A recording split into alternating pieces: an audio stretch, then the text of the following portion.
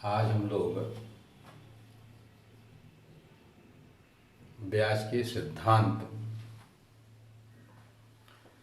में कीन्स का तरलता पसंदगी सिद्धांत, liquidity preference theory of interest पढ़ेंगे। इसके पहले हम लोगों ने ब्याज के विभिन्न सिद्धांतों को बहुत विस्तार से पढ़ा है।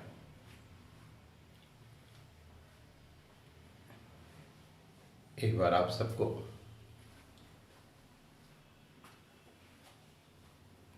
सचेत करते हुए कि इस कोविड महामारी से अपने को आप सुरक्षित रखें, न अपने को बल्कि पूरे परिवार को, और जितना संभव हो सके समाज को भी सही बात, सही तथ्य, सही जानकारी सही तरीके से प्रदान करके उनका मनोबल ऊंचा बनाए रखें और उन्हें भी इस इन्फेक्शन से बचे रहने की सलाह दें। चलिए, तो हम लोग कीन्स का तरलता पसंदगी सिद्धांत प्रारंभ करते हैं। एज यूजुअल, जैसा मैंने आपसे कहा है कि जितना भी हम आपको बताएंगे, कोशिश करेंगे कि उसका टेक्स्ट भी आपको आपके इस वीडियो में उपलब्ध रहे। कोशिश यह भी करते हैं कि टेक्स्ट कंटेंट ईजिली रीडेबल हो, लेकिन इसके बाद भी उसे जानबूझकर पूरा इसलिए पढ़कर आपको सुना देते हैं कि हो सकता है आपको अगर पढ़ने में कोई असुविधा हो तो आप सुनकर उस कंटेंट को बेहतर तरीके से जान पाएँ। तो कीन्स की तरलता पसंदगी सिद्धांत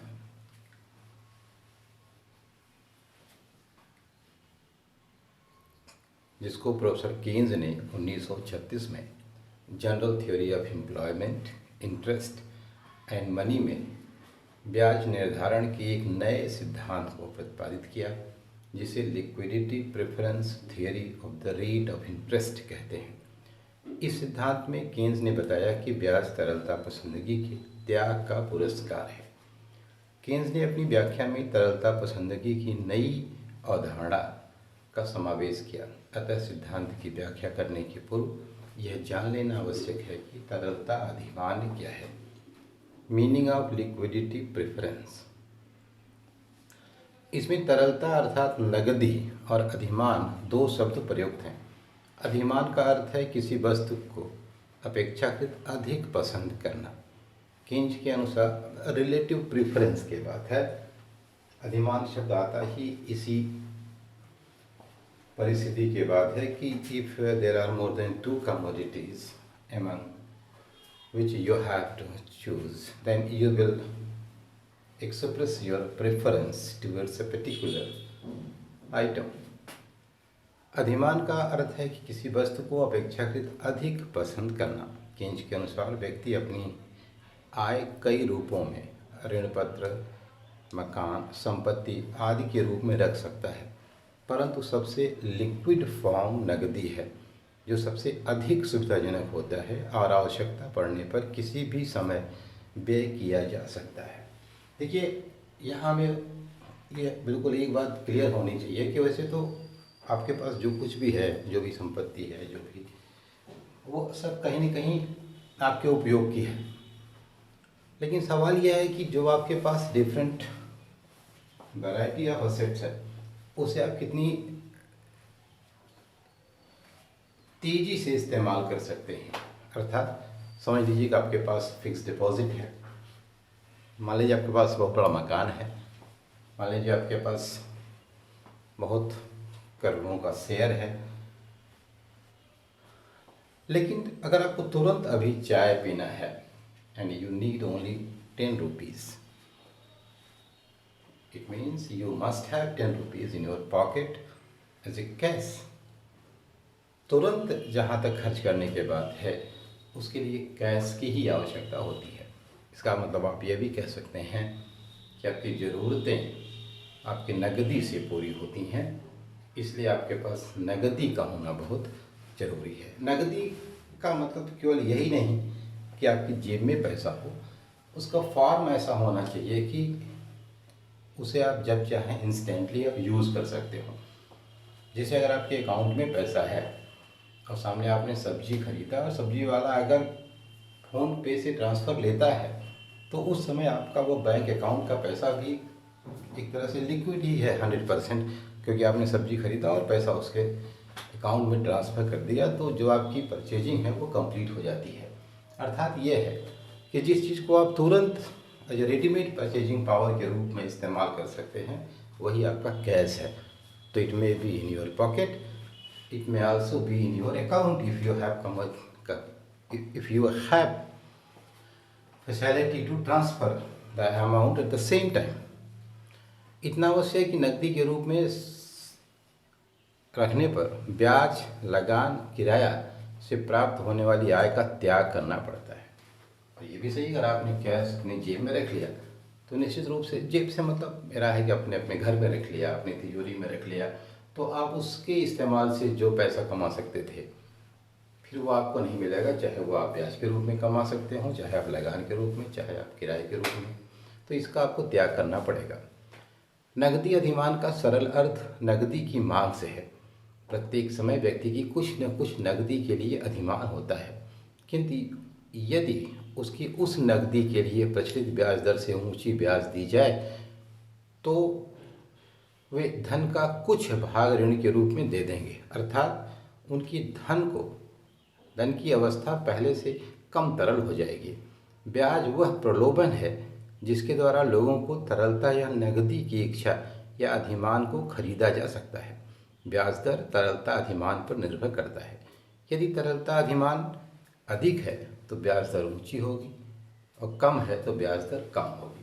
जैसे अगर आप चाहते हैं कि जैसे हमारे पास कैश है तो हम अपनी तुरंत की इच्छाओं को उससे पूरा कर सकते हैं, लेकिन अगर आप चाहते हैं कि हम अपनी तुरंत की इच्छाओं को पूरा करने के लिए रखे हुए नकदी को आपको उधार दे दें तो आपको मुझे कोई प्रलोभन देना होगा। तो निश्चित रूप से यह प्रलोभन और कुछ नहीं बल्कि ब्याज है। तो अगर ऊंचा ब्याज दर है तो हम ज़्यादा नकदी का त्याग करने को तैयार हो जाएंगे, अगर कम ब्याज दर है तो सोचेंगे कि छोड़ो फिर रहेगा, पैसा आड़े वक्त काम आएगा। ये इतनी कम ब्याज दर पर रिस्क लेना ठीक नहीं है कि अचानक कोई आवश्यकता पड़ गई तो हम परेशान हो जाएं। ठीक है।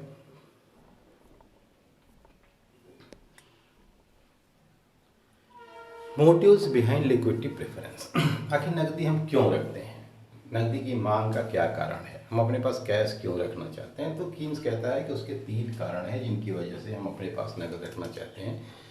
एक और कहते हैं ट्रांजैक्शन मोटिव, सौदा उद्देश्य। व्यक्ति की आय निश्चित अवधि से संबद्ध होती है, व्यवसायों में भी आय हमेशा नहीं होती है। क्रय विक्रय का काम चलाने के लिए नकदी की मांग पर इस बात पर निर्भर करती है कि देश में आय तथा रोजगार का स्तर कितना है, आय कितने समयांतर पर प्राप्त होती है, फ्रीक्वेंसी ऑफ इनकम पेमेंट तथा आय के व्यय करने की आवृत्ति, फ्रीक्वेंसी ऑफ एक्सपेंडिचर क्या है। अल्पकाल में नकदी कि क्रय विक्रय संबंधी मांग में परिवर्तन मुख्यतः आय में हुए परिवर्तन के कारण होती है। नकदी की क्रय विक्रय संबंधी मांग आय सापेक्ष होती है। वास्तव में जो ट्रांजैक्शन मोटिव है उसका कि जो रोजमर्रा की डे टू डे नीड्स को पूरा करने के लिए हमें कुछ अपने पास नकदी रखना होता है, और अगर हमारी आय बहुत ज़्यादा है तो हमारी डे टू डे आवश्यकताओं के लिए हम ज़्यादा पैसा रखते हैं, अगर आय कम है तो हम कम रखते हैं। इसका मतलब क्या, इनकम इलास्टिक होती है। आय ज़्यादा है तो हम ट्रांजैक्शन मोटिव से अपने पास ज़्यादा पैसा रखते हैं, और अगर आय कम है तो हम अपने पास कम पैसा रखते हैं। फॉर एग्जांपल हमारी रोज़मर्रा की आवश्यकता, हम सुबह सो कर के हम उठते हैं तो हमें चाय पीना है। अब हमें तुरंत चाय पीने के लिए तो 5 रुपया कैश चाहिए ही चाहिए, तो मुझे अपने पास 5 रुपया रखना ही पड़ेगा। दिन भर की हमारी आवश्यकताएँ हैं, लंच है, डिनर है, या छोटी मोटी और भी ज़रूरतें जो होती हैं उनके लिए हमें नकद ही रखना होता है, इसे हम ट्रांजैक्शन मोटिव कहते हैं। जाहिर सी बात है, आय ज़्यादा होती है तो इन आइटम्स पर हम ज़्यादा खर्च करते हैं, और अगर कम है तो कम खर्च करते हैं। इसलिए कहते हैं ट्रांजैक्शन मोटिव के लिए जो नकदी का अधिमान है वह आय सापेक्ष होता है।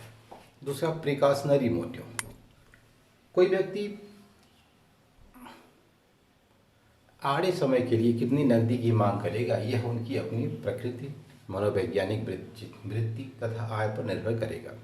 कुछ लोग आशावादी निर्भीक होते हैं, कुछ लोग डरपोक और निराशावादी तथा वहमी। अतः जिसमें पूर्वोपाय प्रयोजन का भार जितना अधिक होगा, नकदी की मांग उतनी ही अधिक होगी। पूर्वोपाय प्रयोजन के लिए नकदी की मांग आय सापेक्ष होती है। अब देखो, जहाँ तक प्रिकॉशनरी मोटिव है, जैसे आकस्मिक उद्देश्य से हम पैसा रखते हैं, अक्सर हमारे दिमाग में ये बात आती है कि मान लो कोई घटना, दुर्घटना या कोई अचानक हमारी प्रतिकूल परिस्थिति उत्पन्न हो गई, तो हम उसके लिए क्या करेंगे, इसलिए मुझे अपने पास पैसा रखना चाहिए।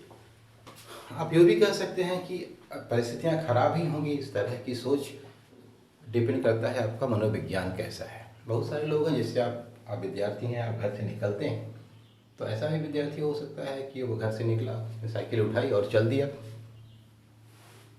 और उसके पास एक भी पैसा नहीं है। उसके दिमाग में ही नहीं आया कि पैसे का आज तो कोई काम नहीं है, आया, पढ़ा, दिन भर चला गया। दूसरा विद्यार्थी घर से निकलता है, जैसे ही निकलता है उसके दिमाग में आता है, अरे साइकिल पंचर हो गई तो क्या करेंगे। तो उसने मम्मी से कहा, मम्मी 5 रुपया दे दो। फिर वो थोड़ा निकला, उसको लगा, अरे मान लो कि हम गिर गए, मुझे चोट लग गई, तो थोड़ा और पैसा होना चाहिए, तो थोड़ा और पैसा मांग लेता है। इसका मतलब आप ये समझ सकते हैं कि जैसे जैसे आपका अप्रोच नेगेटिव होता चला जाता है, आप में निराशा बढ़ती चली जाती है, वैसे वैसे आपके में अपनी सिक्योरिटी को लेकर के संदेह उत्पन्न होने लगता है, और आप उससे सिक्योरिटी के पॉइंट ऑफ व्यू से अपने पास ज़्यादा से ज़्यादा कैश रखना पसंद करते हैं। तो यह आकस्मिक उद्देश्य से, और यह भी आय के सापेक्ष होती है। आय अगर ज़्यादा है तो इस तरह की निराशा आप में ज़्यादा होती है, क्योंकि you have alternative to think about this. पैसा कम होता तो आपके दिमाग में ही बात ना आती, क्योंकि आपके पास है ही नहीं कि आप ज़्यादा रखें या कम रखें। इसके अलावा तीसरा है स्पेक्युलेटिव मोटिव, सट्टा उद्देश्य। सरकारी बॉन्डों की कीमत स्थिति में लाभ कमाने को सट्टेबाजी कहते हैं। उतार चढ़ाव होने के कारण यह केंज के मस्तिष्क की उपज है। चूँकि सरकारी बॉन्डों में उतार चढ़ाव अकस्मात होते हैं, इसलिए इसका लाभ वही उठा सकता है जिसके पास नकदी हो। ब्याज निर्धारण के सिद्धांत में केंज ने इस तीसरे प्रयोजन पर सबसे अधिक बल दिया। सट्टा अधिमान की परिभाषा केंज ने इस प्रकार दी है। देखो, ये जो स्पेक्युलेटिव मोटिव है या सट्टा उद्देश्य है, आप ये कह सकते हैं कि जो unknown situations of the market हैं, उनके उत्पन्न होने पर उसका लाभ लेने के लिए लोग अपने पास नगद रखते हैं, और वही लाभ पा सकता है जिसके पास नगद है। तो इसलिए इसे हम सट्टा उद्देश्य कहते हैं। सट्टा उद्देश्य के बारे में, the speculative motive for liquidity preference may be defined as attempting to secure a profit from knowing better than the market what the future will bring। वही है कि भविष्य में कौन सी परिस्थिति आने वाली है उसे आप चूँकि जानते नहीं, इसलिए आप उसका लाभ तभी ले सकते हैं जब आपके पास पर्याप्त नकदी हो। अब मुद्रा की कुल मांग, transaction motive plus precautionary motive plus speculative motive, सबको अगर हम जोड़ देते हैं तो टोटल डिमांड फॉर मनी प्राप्त हो जाती है। केन्स के अनुसार प्रथम दो पर्याप्त रूप से अस्थायी होते हैं और आय परिवर्तन पर निर्भर करते हैं, परंतु सट्टा मांग में परिवर्तन ब्याज दर पर निर्भर करती है। केन्स के अनुसार M1 demand for transaction and precautionary motive because this is the function of y, क्योंकि ये y पर निर्भर करते हैं, therefore M1 is the function of y। Keynes के अनुसार M2 demand for speculative motive because this is the function of r, therefore M2 is a function of R। अतः L1 आय के स्तर पर जो L1 लिक्विडिटी है जो आप अपने पास रखते हैं ट्रांजैक्शन और प्रिकॉशनरी मोटिव के पॉइंट ऑफ व्यू से, वह आय पर निर्भर करती है, और L2 दूसरी लिक्विडिटी जो आप सट्टा उद्देश्य से अपने पास रखते हैं वह ब्याज दर पर निर्भर करती है। अतः L1 आय स्तर पर तथा L2 ब्याज दर पर निर्भर करती है। कुल जो मुद्रा की मांग है वह M जो होगी वह M1 प्लस M2 है। M1 को एक्टिव मनी तथा M2 को आइडल फॉर पैसिव मनी कहा जाता है। तरलता पसंदगी अथवा मुद्रा के मांग के संबंध में दो बातें उल्लेखनीय हैं। LP लिक्विडिटी प्रेफरेंस वक्र विभिन्न ब्याज दरों पर मुद्रा की मांगे जाने वाली मात्रा को व्यक्त करती है।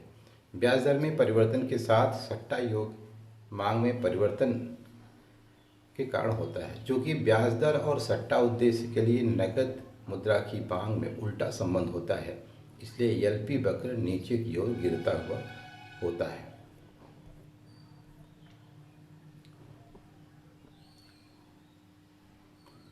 एक सीमा के बाद लिक्विडिटी प्रेफरेंस रेखा एक्स अक्ष के समानांतर हो जाती है, जो यह बताती है कि निश्चित ब्याज दर से कम ब्याज दर पर सारी आय नगद रूप में रख ली जाएगी। ऐसी स्थिति को कीन्स ने तरलता जाल की संज्ञा दी। ब्याज दर गिर जाने से होने वाला लाभ जोखिम से कम होता है, अतः लोग नगद रखना ज़्यादा पसंद करते हैं। आप यूँ कह सकते हैं कि अगर ब्याज दर गिरता जा रहा है, अर्थात जो आय पर रिटर्न प्राप्त हो रहा है वह अगर बहुत कम है, तो लोगों को लगता है कि यार रिस्क बहुत ज़्यादा है और रिटर्न बहुत कम है, तो ऐसे में लोग अपने पास नकद ज़्यादा रखने लगते हैं। अर्थात और एक समय ऐसा ब्याज उधार कम देते हैं। इस तरह से अगर आप देखें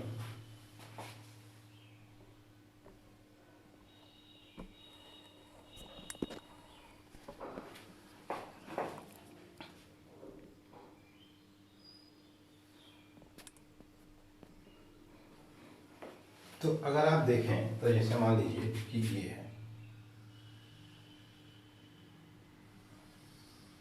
यहाँ ये आपका ब्याज दर है, हाँ ये आपका लिक्विडिटी प्रेफरेंस है, तरलता पसंदगी है।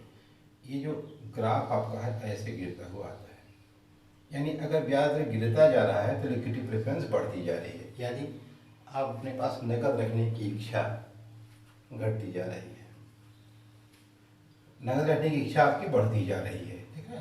लेकिन एक समय ऐसा आ जाता है कि अगर मान लीजिए ब्याज दर बहुत कम हो गया,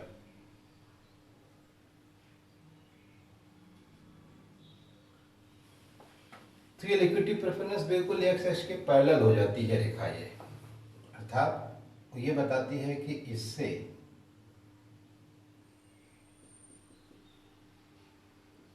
R1 से नीचे अब ब्याज दर नहीं जा सकती, क्योंकि उसके बाद सारी की सारी पूरा का पूरा नकद लोग अपने पास कैश रख लेंगे। और इसे कीन्स ने तरलता जाल की संज्ञा दी, लिक्विडिटी ट्रैप, यही है, लिक्विडिटी ट्रैप कहा जाता है इसका।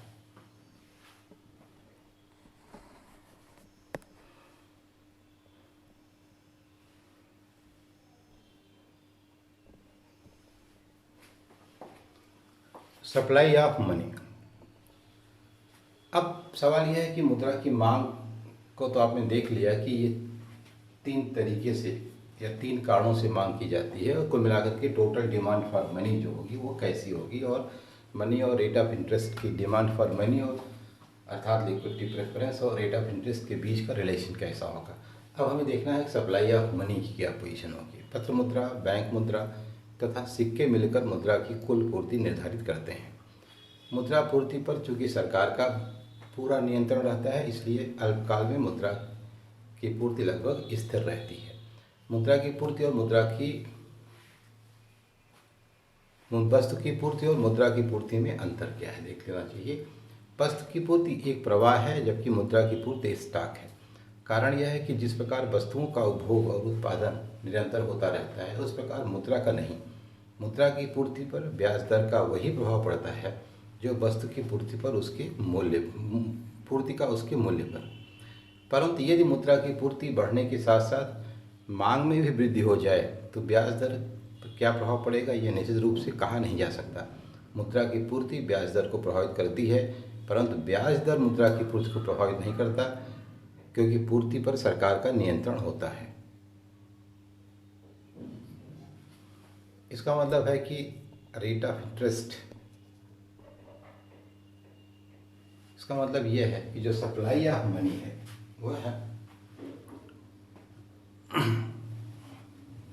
स्थिर होती है।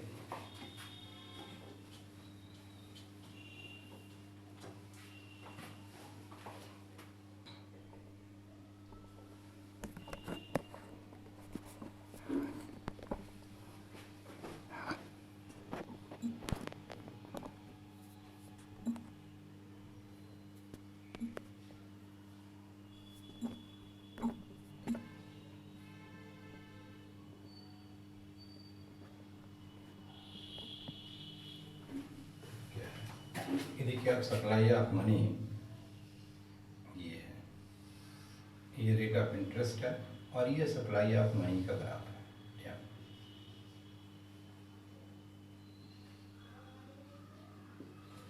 ये सप्लाई जो है कांस्टेंट रहती है, ये स्थिर होती है। ये इसने मान लिया कि मुद्रा की पूर्ति एक निश्चित समय में स्थिर होती है। Determination of rate of interest. अब देखिए ब्याज दर का निर्धारण उस बिंदु पर होगा जहां मांग वक्र या तरलता अधिमान वक्र पूर्ति वक्र को परीक्षित करता है। ई बिंदु पर लिक्विडिटी प्रेफरेंस सप्लाई कर्व को काट रहा है, अतः OR ब्याज की दर निर्धारित होगी। संतुलन ब्याज दर की अवस्था को निम्न समीकरण के द्वारा व्यक्त किया जा सकता है।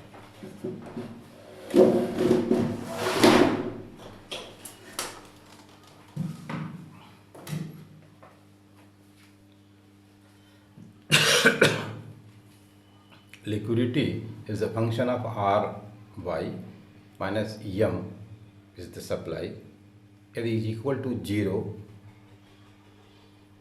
L function of R and Y is equal to 1 M, या ऐसे लिखो कि माइनस एम बराबर 0, या लिखो कि डिमांड और सप्लाई दोनों आपस में बराबर हैं। तो अब आप इसको देखो कि अगर मान लीजिए ये आपकी पूर्ति दी हुई है और ये आपकी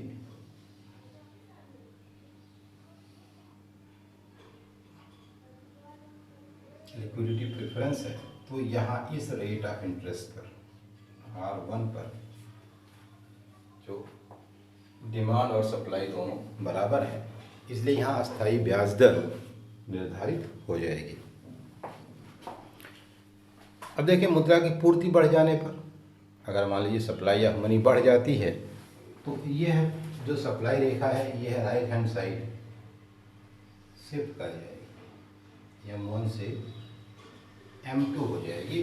और यदि सप्लाई बढ़ जाती है तो आप देखिए कि ब्याज दर जो है वो पहले से कम होकर के R2 हो जाएगी। इसी तरह से यदि हम सप्लाई कम कर देते हैं, मान लीजिए M3 हो जाती है, तब आप देखें कि ब्याज दर इसका बढ़ करके R3 हो जाता है। इसका मतलब है कि सप्लाई ऑफ मनी में परिवर्तन अगर होता है तो ब्याज दर में परिवर्तन हो जाएगा। इसी तरह से आप देखें कि अगर सप्लाई स्थिर रहे, तरलता पसंदगी अगर बढ़ जाती है तो आप देखें ये मेन सप्लाई रेखा जो है, तो इसको दूसरा बना देते हैं, ज़्यादा अच्छा है, समझ में ज़्यादा आएगा। अच्छा, एक मिनट,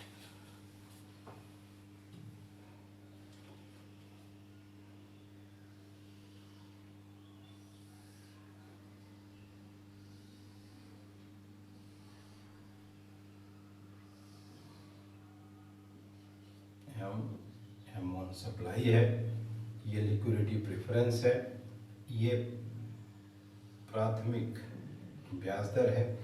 अब क्या है, तरलता पसंदगी आपकी जो है बढ़ जाती है, ऐसे कर दीजिए। अगर तरलता पसंदगी आपकी बढ़ जाती है तो देखिए ब्याज दर बढ़ करके R से R1 हो जाती है। अगर तरलता पसंदगी घट जाती है, मान लीजिए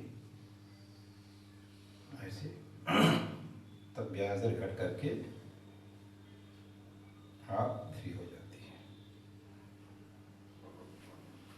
तो ये लिक्विडिटी प्रेफरेंस भी अगर बदलता है और पूर्ति स्थिर रहती है तब भी ब्याज दर बदल जाती है, और अगर लिक्विडिटी प्रेफरेंस स्थिर रहती है और तरलता सप्लाई बदल जाती है तो भी ब्याज दर में परिवर्तन हो जाता है।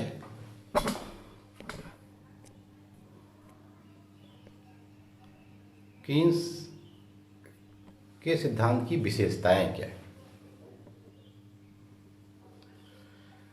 प्रायोगिक सिद्धांत, यह सिद्धांत प्रायोगिक है क्योंकि भविष्य की अनिश्चितता सट्टा उद्देश्य के कारण ही इसका मुख्य तत्व है। भविष्य की अनिश्चितता ही इसका मुख्य तत्व है, क्योंकि सट्टा उद्देश्य की बात करता है। कुरिहारा का कहना है कि Keynes emphasis how uncertainty and expectation exert a significant influence on the level of income and employment through the rate of interest. मौद्रिक घटना कीन्स के अनुसार ब्याज दर पूर्ण रूप से मौद्रिक घटना है, अर्थात बैंक दर के द्वारा इस पर नियंत्रण रखा जा सकता है। व्यापक है। सराहनीय विशेषता यह है कि यह सभी प्रकार की अर्थव्यवस्था पर लागू होता है। आर्थिक नीति तरलता पसंदगी के आधार पर देश में रोजगार तथा आय बनाए रखने के लिए हमें उचित आर्थिक नीति अपनाने में मुद्रा नीति के महत्व का ज्ञान होता है। ब्याज दर प्रभावित करने का एक क्रियात्मक ढंग जो सरकार अपना सकती है वह यह है कि मुद्रा की मांग बढ़ाई जाए और इस प्रकार सस्ती मुद्रा नीति अपनाई जाए। बचत तथा विनियोग में समानता यह सिद्धांत स्पष्ट करता है कि बचत और विनियोग में समानता ब्याज दर की घटने बढ़ने से स्थापित नहीं होती, बल्कि आय और रोजगार के स्तर से समायोजित होती है। यह ध्यान रखने वाली बात है कि बचत और ब्याज के बीच का जो समायोजन है वह ड्यू टू इंटरेस्ट नहीं है, बल्कि due to employment and income है। यह महत्वपूर्ण बात है।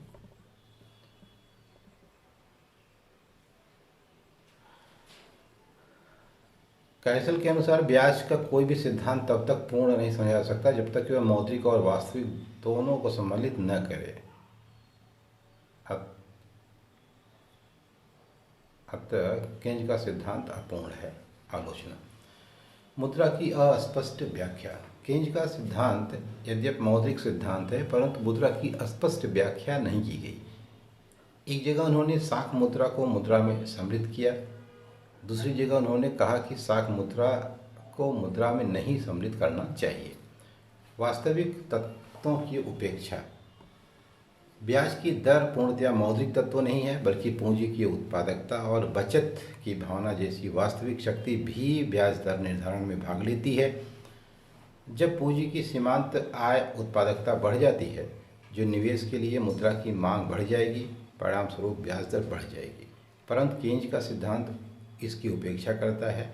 इसी प्रकार केंज ने बचतों की उपेक्षा की, परंतु यदि सीमांत उपभोग प्रवृत्ति बढ़ जाए तो बचत कम हो जाएगी और ब्याज की दर बढ़ जाएगी। अनिर्धारणीय ब्याज दर केंज के अनुसार ब्याज दर मुद्रा के लिए सट्टा मांग तथा उसे संतुष्ट करने के लिए पूर्ति द्वारा निर्धारित होती है, परंतु पूर्ति की दी होने पर हम यह नहीं जान सकते कि मुद्रा के लिए सट्टा मांग कितनी होगी। यदि हमें यह न मालूम हो कि ट्रांजैक्शन डिमांड फॉर मनी क्या है, चूँकि आय का स्तर मालूम न हो, तो क्लासिकल थियरी की भांति केंज के सिद्धांत में भी ब्याज दर का ठीक से निर्धारण नहीं हो सकता है। प्रोफेसर हैंसन के अनुसार केंज के सिद्धांत में मुद्रा की मांग तथा पूर्ति अनुसूची से ब्याज दर निर्धारित नहीं हो सकती। यदि हमें पहले आय का स्तर मालूम न हो, क्लासिकल थियरी में बचत के लिए मांग और पूर्ति की अनुसूचियों से भी समस्या का समाधान नहीं होता है यदि आय ज्ञात न हो। यही बात लोनेबल फंड थियरी के लिए भी ठीक है।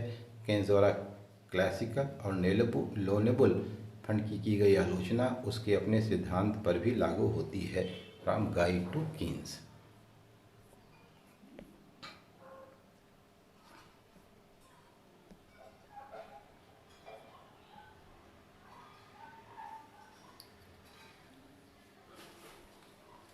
बचतों के बिना तरलता संभव नहीं। No liquidity without savings Keynes के अनुसार ब्याज तरलता अथवा नकदी त्यागने का पुरस्कार है और यह बचत प्रेरणा अथवा प्रतीक्षा के त्याग का पुरस्कार नहीं है। परंतु प्रश्न यह है कि बचत के बिना तरलता के त्याग के लिए राशि कहाँ से उपलब्ध होगी। जैकब वाइनर ने कहा, without saving there can be no liquidity to surrender. इस प्रकार केंज ब्याज दर निर्धारण में बचत की उपेक्षा की है। लोनेबल फंड थियरी से श्रेष्ठता स्टॉक विश्लेषण केंज का सिद्धांत स्टॉक विश्लेषण है।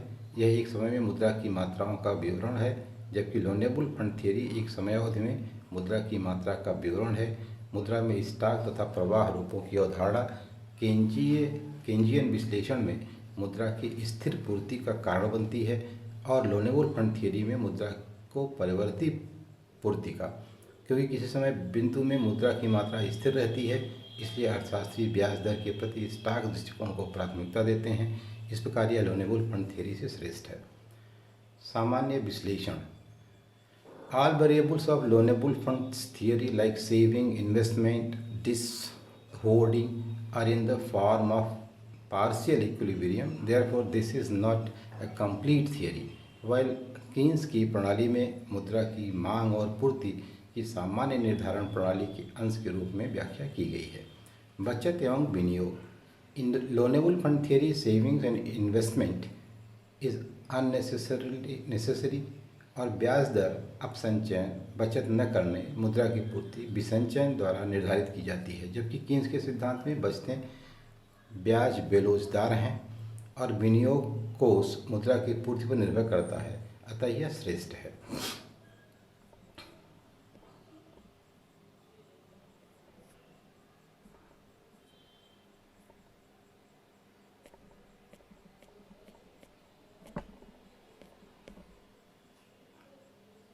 इस तरह से यहाँ हम कीन्स के तरलता पसंदगी सिद्धांत को कंप्लीट करते हैं और हम नेक्स्ट लेक्चर में ईटिंग अ प्रॉब्लम, योग की समस्या पर चर्चा करेंगे।